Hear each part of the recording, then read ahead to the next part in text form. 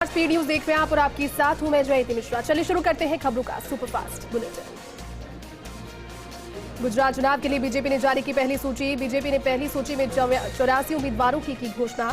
घाचलोडिया से सीएम भूपेंद्र पटेल को टिकट, मांडवी से अनुरुद्ध भाई को टिकट, विरमगांव से चुनाव लड़ेंगे हार्दिक पटेल, पोरबंदर से बापू भाई होंगे उम्मीदवार, सूरत पूर्व से अरविंद राणा को मिला टिकट। पीएम मोदी का हिमाचल की जनता के नाम संदेश। पीएम मोदी ने चिट्ठी में लिखा, मुझे उम्मीद है कि इस बार भी आपका आशीर्वाद मिलेगा, आपका एक एक वोट मेरी शक्ति बढ़ाएगा। शिमला में कांग्रेस अध्यक्ष मल्लिकार्जुन खड़गे ने बीजेपी पर बोला हमला। कहा, केंद्र सरकार कहती है कि 70 साल में कांग्रेस ने किया क्या, वो बताए कि क्या महंगाई और बेरोजगारी से लोग बेहाल नहीं है। अगर जब सत्ता में आए तो किसानों का कर्ज माफ होगा, पुरानी पेंशन योजना फिर बहाल करेगी।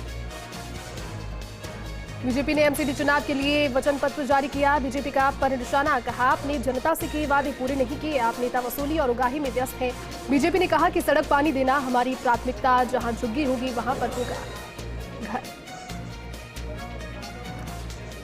राष्ट्रीय रक्षा कॉलेज के दीक्षांत समारोह में बोले रक्षा मंत्री राजनाथ सिंह। कहा, जब किसी भी क्षेत्र की शांति और सुरक्षा को खतरा होता है तो उससे पूरी दुनिया कई तरह से प्रभावित होती है। यूक्रेन रूस संघर्ष की वजह से विभिन्न अफ्रीकी और एशियाई देशों में खाद्य संकट बढ़ गया। राहुल गांधी की भारत जोड़ो यात्रा का 64वां दिन। राहुल गांधी ने भारत जोड़ो यात्रा के 64वें दिन की शुरुआत नांदेड़ के काशपी चौक से की। साथ ही यात्रा में कांग्रेस कार्यकर्ताओं ने बढ़ चढ़कर हिस्सा लिया। यूपी की मैनपुरी लोकसभा सीट पर चुनाव लड़ेंगे डिंपल यादव। मुलायम की सीट पर चुनाव लड़ेंगे डिंपल यादव। 5 दिसंबर को मैनपुरी सीट पर होगा मतदान। मुलायम सिंह के निधन के बाद खाली हुई।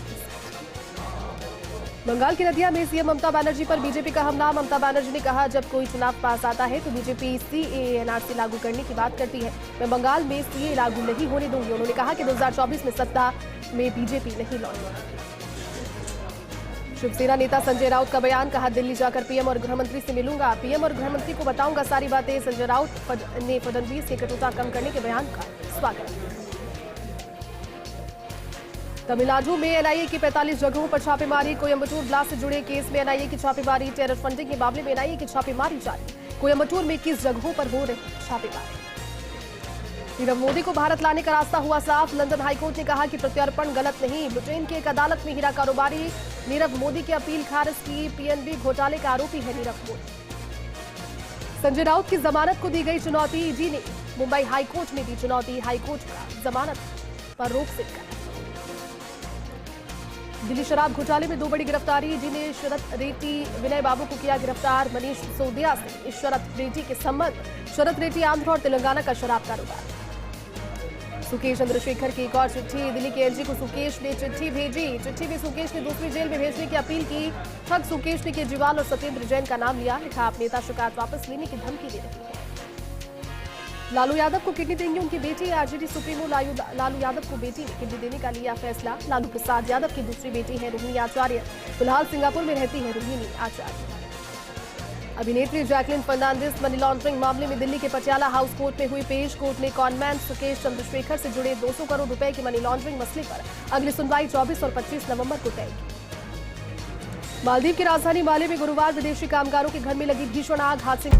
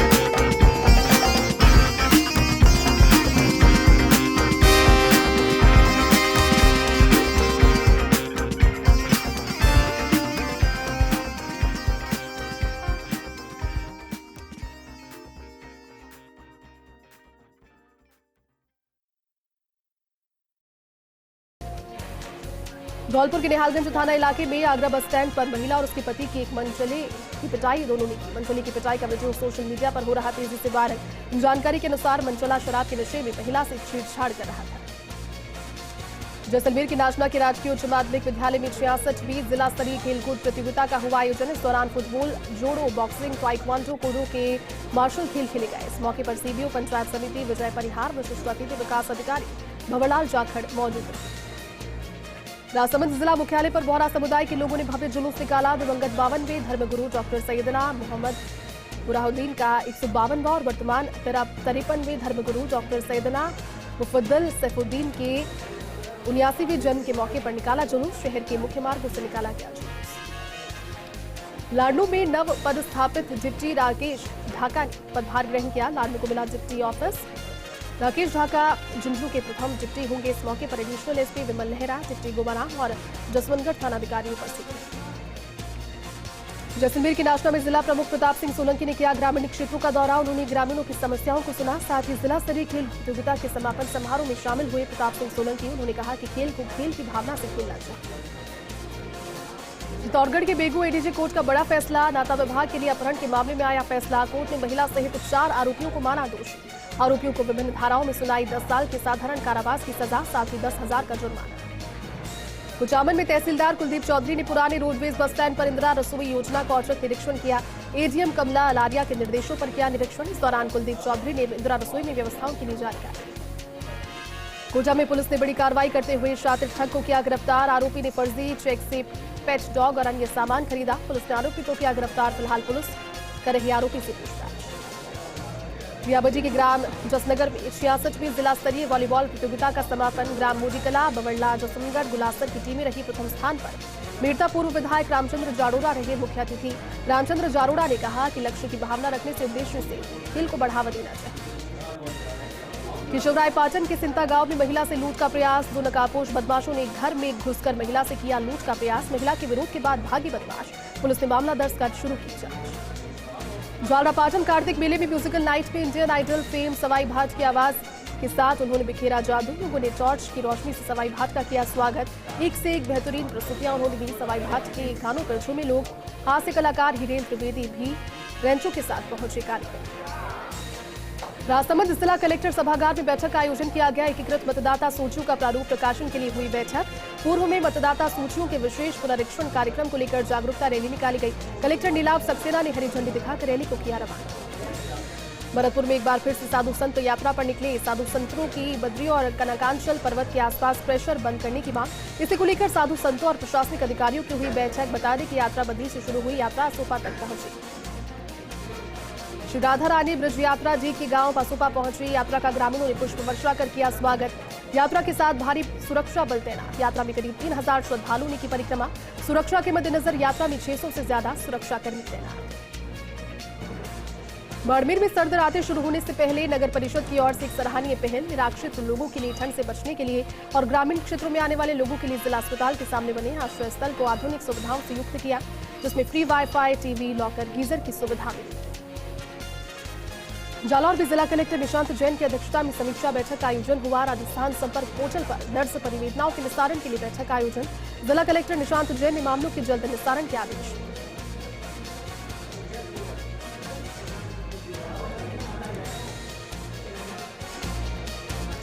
जालौर में मुख्यमंत्री बजट घोषणाओं के तहत अल्पसंख्यक समावेशी विकास कोष और जनसहभागिता के तहत प्रस्ताव आमंत्रित किए गए। से होगा जिला सैनिक कल्याण अधिकारी पाली कर्नल गजेंद्र सिंह राठौड़ ने बताया कि सैनिक कल्याण विभाग राजस्थान के द्वारा जिला सैनिक कल्याण कार्यालयों का कार्यक्षेत्र पुनः आवंटन किया गया। जालौर में राज्य बीमा एवं प्रावधायी निधि विभाग की ओर से ऑनलाइन प्रशिक्षण दिया जाएगा। SIPF पोर्टल के नवीन वर्जन 3.0 में DDO स्तर के समस्त मॉड्यूल के संबंध में दिया जाएगा प्रशिक्षण। 15 नवंबर को सुबह 11 बजे से दोपहर 12 बजे तक होगी क्लास। चौक में टोल कर्मियों और वन विभाग के कर्मचारियों में विवाद। टोल वसूलने के चलते दोनों के बीच हुआ विवाद। घायल बंद को इलाज के लिए दी जा रही थी। वन विभाग की टीम समय पर उपचार नहीं मिले से बंदर की हुई। जालौर के गुलासन में बंदर के आतंक से परेशान सरकारी स्कूल के छात्रों ने किया विरोध प्रदर्शन। बंदर को पकड़ने की मांग को लेकर छात्रों का विरोध प्रदर्शन। बड़ी संख्या में ग्रामीणों ने किया विरोध प्रदर्शन। बंदर अभी तक 36 लोगों पर कर चुका है हमला। नागौर की मेड़ता सिटी में नाबालिग से दुष्कर्म के मामले में विशिष्ट पॉक्सो कोर्ट ने सुनाया फैसला। कोर्ट ने 2 आरोपियों को आजीवन कारावास की सुनाई सजा, साथ ही दोनों पर 1,10,000 का जुर्माना भी लगाया। बता दें कि 1.5 साल पहले 14 साल की नाबालिग के साथ हुआ था दुष्कर्म। जालौर में मतदाता जागरूकता को लेकर निकाली गई साइकिल रैली। जिला कलेक्टर निशांत जैन ने छात्रों के साथ रैली के जरिए मतदाताओं को जागरूकता का दिया संदेश। नाबालिग के साथ दुष्कर्म का आरोपी हुआ गिरफ्तार। पुलिस ने 24 घंटे में किया आरोपी को गिरफ्तार। आरोपी सूचना के बाद दिल्ली जाने की फिराक में था, जिसे पहले ही पुलिस ने दबोच लिया। कोटा के बगबरा थाना पुलिस ने 3 शातिर बदमाशों को किया गिरफ्तार। आरोपियों ने व्यापारी को धमकी देकर की थी 10,000 रुपए की मांग। पुलिस जुटी जांच। धौलपुर के कोतवाली में एक ट्रक चालक से बदमाशों ने की लूटपाट। ट्रक के शीशे तोड़कर बदमाशों ने लूटे 10,000 रुपए। मामले में पुलिस ने मुख्य आरोपी को किया गिरफ्तार। पाली के देसुरी में परमहंस श्री ईश्वरदास जी महाराज की प्रथम पुण्यतिथि। इस मौके पर भजन संध्या का आयोजन किया गया। हजारों की संख्या में श्रद्धालु हुए शामिल।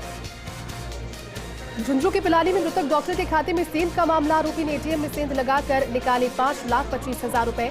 दुकान पर काम करने वाले युवक पर सेंधमारी का आरोप। डूंगरपुर में रबी की बुवाई को लेकर किसानों की बढ़ी परेशानियां। किसानों को नहीं मिल पा रही पर्याप्त खाद और बीज। 2 दिन के बाद सब्सिडी वाले बीज के आने की उम्मीद। लंबे समय के बाद किसानों के लिए 560 कट्टे यूरिया खाद आएगा, जबकि डीएपी खाद अब तक नहीं पहुंचा।